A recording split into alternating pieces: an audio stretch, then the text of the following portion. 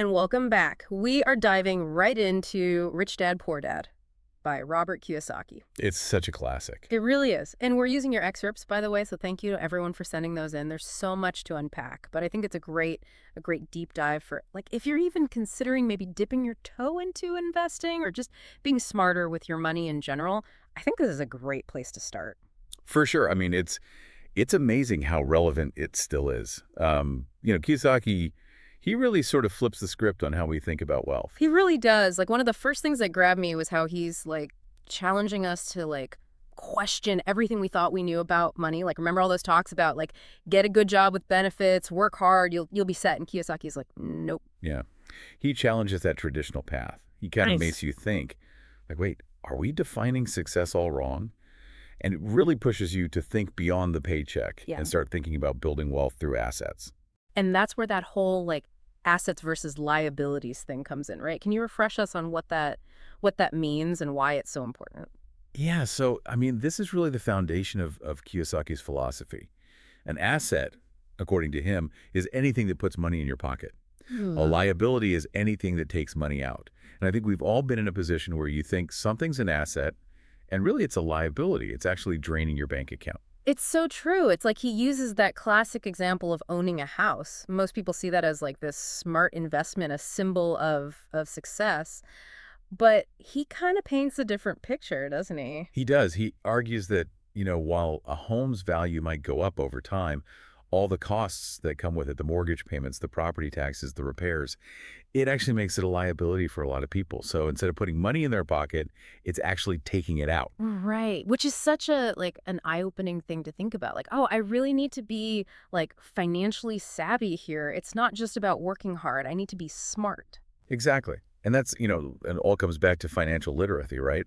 Kiyosaki, he stresses over and over again that understanding how money works, knowing, how to read a financial statement, evaluate an investment, that's just as crucial as earning a good salary.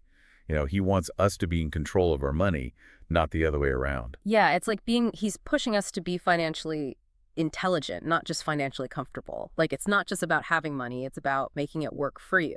Absolutely. It's breaking free from that, like working for the man mentality, which is Sure. where that idea of passive income comes in. So that's money that's flowing in without you actively trading your time for it. Okay, so how do we make that happen? How do we like build those income generating assets? Well, that's where things get really interesting. Kiyosaki, he digs into a bunch of different strategies, but a big emphasis is on real estate and business. So, think about businesses that generate cash flow, properties that bring in rental income. If you own a rental property, you've got tenants essentially paying down your mortgage for you while you build equity. Right. It's like that whole anecdote about Ray Kroc and McDonald's. He wasn't just selling burgers, he was building this real estate empire. Exactly. He understood that the true value was in owning the land, owning the locations of each franchise. And Kiyosaki, he wants us to start thinking like that, to see the assets behind a successful business. So it's like thinking like an entrepreneur, even if we don't necessarily consider ourselves like these big business moguls. Right. I mean, you might have a regular job, but what if you had a side hustle generating passive income? Or, even if you're thinking about investments, Kiyosaki, he wants us to be asking ourselves, is this putting money in my pocket? Or is it another expense that's just disguised as an asset? It's like be a savvy investor, not just a passive consumer. Exactly. Mm. And a big part of that is overcoming fear, right? Kiyosaki talks about how fear holds people back from making smart financial decisions. The fear of losing money, the fear of failure, even, fear of success can be paralyzing. No, it's so true because we're like conditioned to play it safe, even if it means we're like stuck in this financial rut. But he's like, no, you got to confront that fear. Absolutely. Yeah. You have to. And, he emphasizes that failure is just a stepping stone to success, right? Yeah. I mean, he even shares that story about working for his rich dad for weeks, expecting this big paycheck, and ultimately learns a valuable lesson about financial education instead. That's that whole like $10 an hour versus nothing story. Exactly. That one really, I don't know, it just stuck with me. It's powerful because he learned that the real reward was the knowledge, the education he gained, not the paycheck he was expecting. And it shows that sometimes, that those most valuable lessons come from taking an unconventional path, and that financial education, that's really priceless. And It highlights how important it is to find those rich dad figures in your own life, like those mentors that can, kind of guide you and offer advice based on their experience. It's like finding your own personal finance gurus. But Kiyosaki also talks about the importance of becoming a teacher yourself. He does, yeah. He really believes that teaching what you've learned actually helps you solidify your own understanding. So it's one thing to, read about these financial concepts, but when you have to explain them to someone else, it makes you really internalize it. Right. It's like you get a much deeper understanding. Yeah. Plus, you're helping others on their journey, so it's a win-win. Exactly. And that actually reminds me of, I think it ties into that whole strategy he calls being an Indian giver. Do you remember that? Oh, yeah. It seemed a little strange at first when I heard it, but then when he explained it.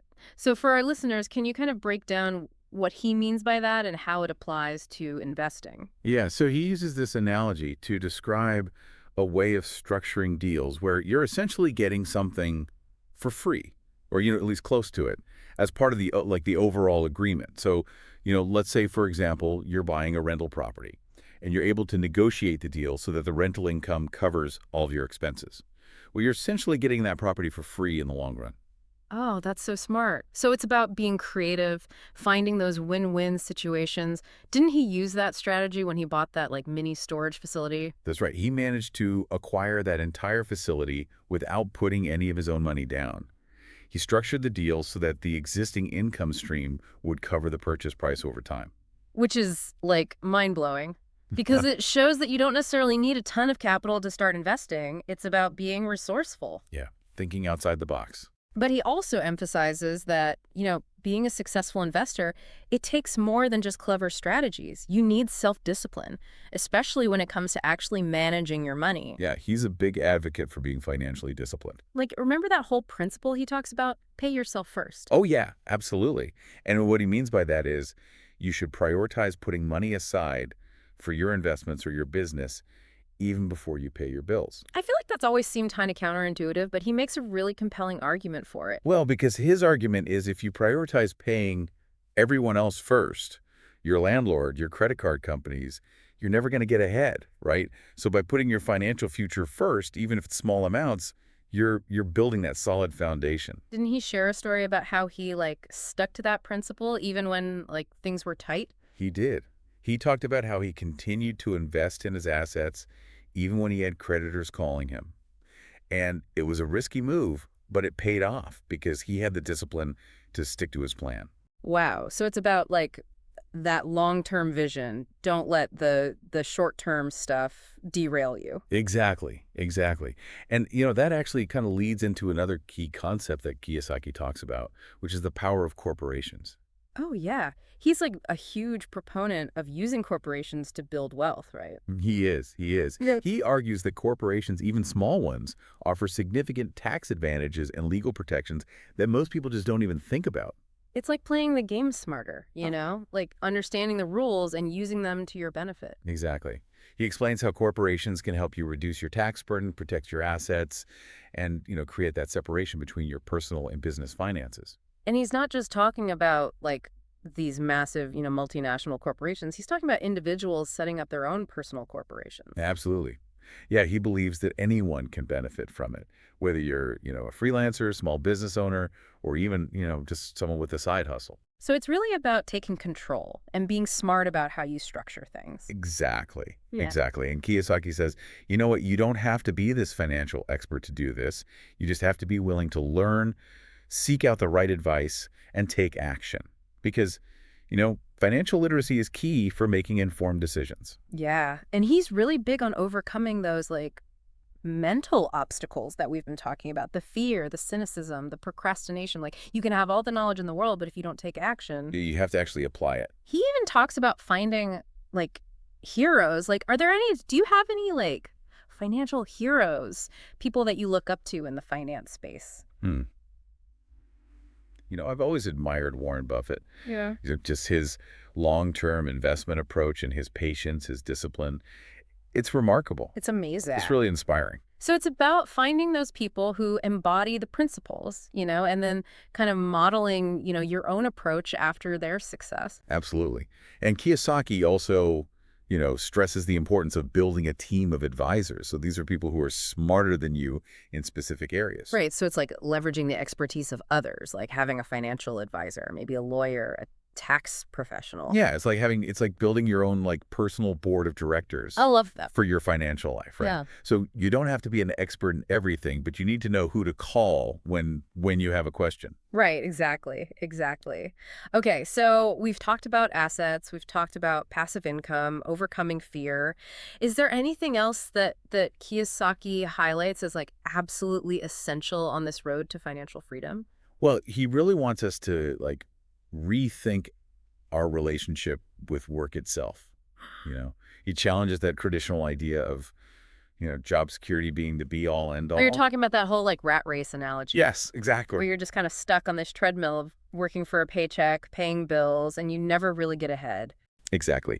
And he argues that a lot of people get caught in this trap because they're so focused on earning income from a job, instead of building assets that generate wealth. And he illustrates this really well with his cash flow quadrant. I'm sure you've heard of that. Oh, yeah, yeah. The cash flow quadrant. And it sounds like kind of complicated, but when you actually break it down, it's like, oh, Yeah. that makes a lot of sense. So for our listeners who haven't, dug into that yet, can you walk us through it a little bit? Yeah, so it's basically broken down into four quadrants. You've got employees, the E quadrant. You've Mm. got the self-employed, that's the S quadrant. You've got business owners, the B quadrant, and investors, the I quadrant. Mm-hmm. So the E quadrant, those are people that work for someone else. They're trading their time for a paycheck. Right. Very familiar. Right, exactly. And then the S quadrant, those are people who are self-employed. So maybe they're freelancers or they have their own small business, but they're often still, kind of trading time for money. Right. They're still like very essential to the running of the business. Exactly, Yeah. exactly. Yeah. And that's where things get interesting. When you look at the B quadrant, the business owners, these are people who have created systems and businesses that generate income without them needing to be directly involved in the day-to-day operations. Mm. So think about companies that have employees or, maybe they've set up some kind of franchise. The business is working for them, even when they're not there. So it's like building something that can operate without you. Exactly, exactly. And then finally, you have the I quadrant, which is the investors. So these are people that, they make their money work for them by, investing in things like stocks or real estate or other businesses. They understand how to leverage money to create more money. And this is like the ultimate goal, right? To be kind of operating from that BNI quadrant. He would say so, yes.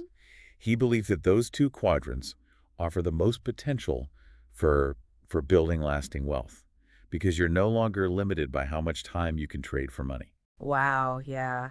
When you put it that way, it really does make you rethink your whole approach to work and finances. It's a total paradigm shift, isn't it? It is. Yeah. Well, this has been so eye-opening. I feel like Kiyosaki really, he challenges you, right? He challenges you to really examine what you believe about money and then kind of empowers you to create a new reality for yourself. He does. He really does. And I think, Rich Dad, Poor Dad, it's not just a book about getting rich. It's a blueprint for, like, achieving financial freedom Yeah. and living life on your own terms. It's about being smart, and being proactive. And I love that, like, that question he leaves us with, which is, if you were the CEO of You Inc., what investments would you make? I think that is such a powerful question for everyone listening to ask themselves. Such a good question. Yeah. Because it really makes you think, right? Like, if you were running your own personal company, how would you invest in yourself? How would you grow? That is such a good note to end on. And on that note, we will wrap up this deep dive. We hope you guys got a lot out of it and feel inspired to, continue to take control of your financial